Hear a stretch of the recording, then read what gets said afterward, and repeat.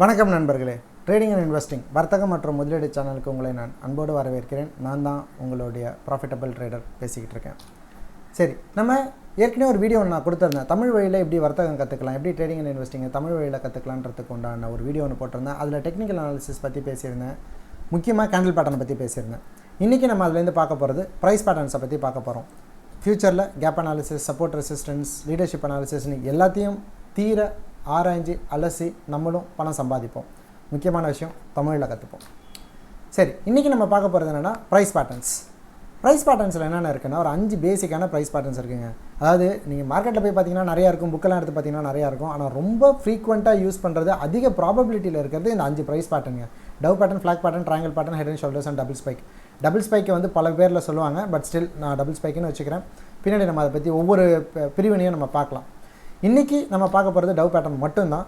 காரணம், நிறைய நண்பர்கள் வந்து என்கிட்ட சொன்னது என்னென்னா, நீங்கள் நிறைய பேட்டர்னை ஒரே வீடியோவில் காட்டுறதுக்கு பதிலாக ஒவ்வொரு பேட்டர்னாக சொல்லுங்கள், சின்ன சின்ன வீடியோவாக காட்டுங்க, எங்களுக்கு பார்க்குறதுக்கு ஈஸியாக இருக்கும், புரிஞ்சுக்கிறதுக்கும் ஈஸியாக இருக்கும்னாங்க. உங்களுக்காக தான் இந்த வீடியோவை போடுறேன். அதனால் உங்கள் கருத்துக்களை கண்டிப்பாக நான் ஏற்றுக்கிட்டு அதுக்கேற்ற மாதிரியே செய்கிறேன். இன்றைக்கி நம்ம பார்க்க போகிறது டவ் பேட்டர்ன் மட்டும். டவ் பேட்டர்ன் அப்படின்னா என்ன? டவ் பேட்டர்ன்லாம் ரொம்ப சிம்பிளுங்க. பேட்டர்னில் படிக்கட்டு இருக்குங்க. ஒரு சார்ட் எடுத்திங்கன்னா முக்கியமான விஷயம், ஃபஸ்ட்டு கேண்டில் பேட்டர்ன் எடுத்துங்க. இதை வந்து ஒரு கேண்டில் சார்ட்டாக எடுத்துக்கோங்க. தயவு செஞ்சு லைன் சார்ட்டோ மவுண்டைன் சார்ட்டெல்லாம் எடுக்காதீங்க, கேண்டில் சார்ட் எடுத்துக்கோங்க.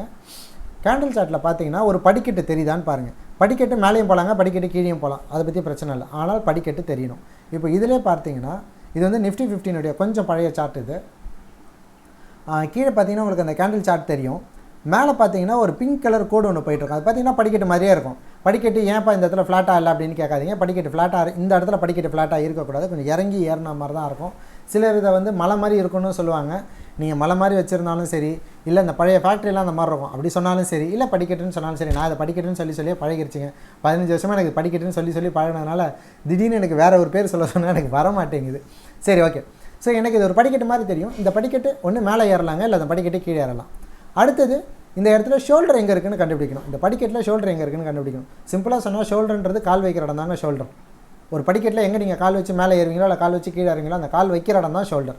ஸோ இப்போ இங்கே பார்த்தீங்கன்னா மேலே ஏறி கீழே இறங்கும். இன்னொரு ஞாபகத்தில் வச்சுங்க, இது படிக்கட்டுன்னு சொன்னாலும் எக்ஸாக்டாக படிக்கட்டு மாதிரி இருக்காது, லைட்டாக கூர்மையாக தான் இருக்கும். கால் வச்சா குத்துதே அப்படின்லாம் சொல்லாதீங்க. அந்த மாதிரி ஒரு இடம்னு வச்சுக்கிங்களேன். அதாவது இந்த இடம் சார்ட்டை பொறுத்த வரைக்கும் இந்த இடம், இந்த ப்ரைஸ் தான் வந்து ஒரு படிக்கட்டுன்ற ப்ரைஸ், மன்னிக்கணும், ஷோல்டர்ன்ற ப்ரைஸு.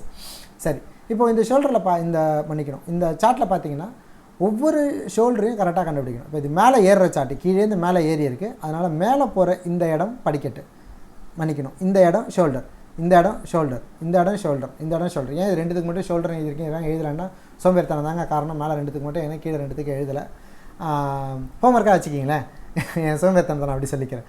சரி, இந்த ஷோல்டரை வந்து கண்டுபிடிக்கணுங்க. மூணாவது விஷயம் என்ன அப்படின்னு பார்த்தீங்கன்னா, அந்த ஷோல்டருக்கு அப்புறம் திரும்பவும் சார்ட் கண்டிப்பாக இறங்கும். நான் சொன்னேன் இல்லையா, அது மலை மாதிரி கீழே இறங்கும்.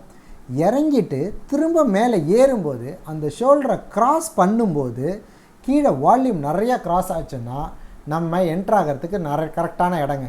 அவ்வளோதாங்க. அதில் 3 விஷயந்தான். ஃபஸ்ட்டு படிக்கட்டு மாதிரி இருக்கான்னு பாருங்கள்.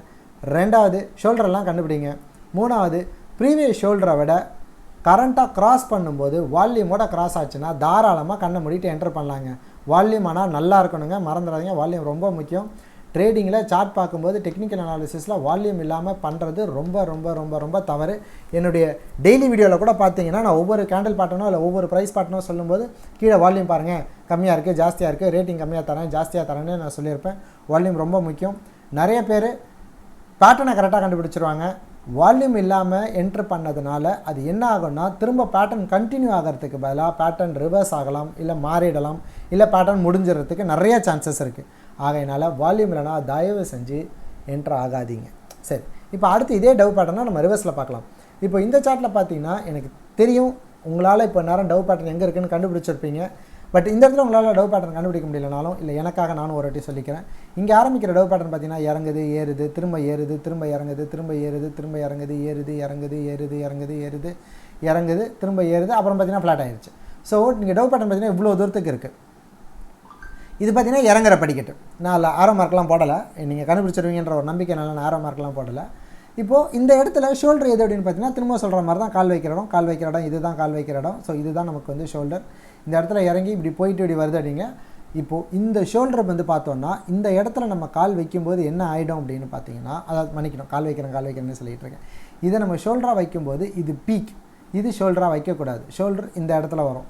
ஏன்னா ஏறும்போது பார்ப்போம். ஏறும்போது நம்ம இந்த இடத்துல கால் வச்சு ஏறுறோம், அதனால் இதை நம்ம வந்து ஷோல்டர்னு வச்சிடறோம். ஆனால் இறங்கும்போது பார்த்திங்கன்னா இந்த இடத்துல நம்ம கால் வச்சு இந்த இடத்துல கால் வச்சு இறங்கினாலும் நமக்கு வந்து ஷோல்டர்ன்றது இது தான்.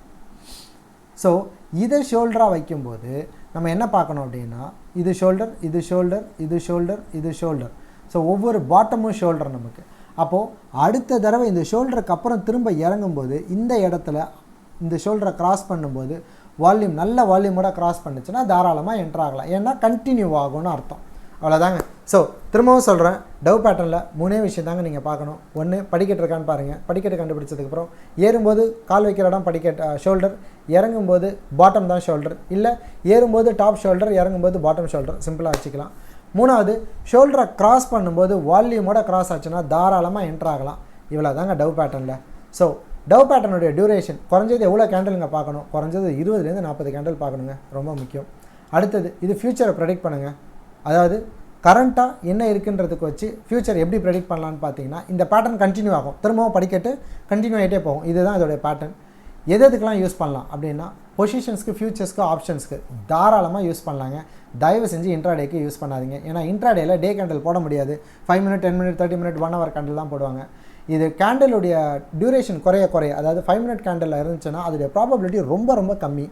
1 டே கேண்டில்னால் ப்ராபபிலிட்டி ஓரளவுக்கு நல்லாயிருக்கும். இதே வீக் கேண்டில் பார்த்தீங்கன்னா ப்ராபபிலிட்டி சூப்பராக இருக்கும். ஸோ இன்ட்ராடேக்கு நான் யூஸ் பண்ண மாட்டேன். 15 வருஷமாக நானும் ட்ரேடிங்கில் இருக்கேன். பல தடவை நான் இன்ட்ராடேயில் யூஸ் பண்ணி அடி வாங்கியிருக்கேன்.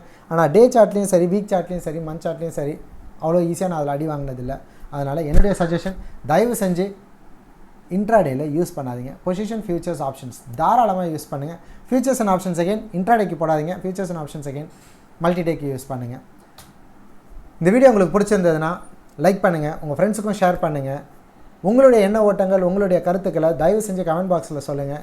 நானும் என்னுடைய எண்ண ஓட்டங்கள் என்னுடைய எண்ண ஓட்டங்களையும் கருத்துக்களையும் கமெண்ட்ஸ் பாக்ஸில் சொல்கிறேன். மிக்க நன்றி, வணக்கம்.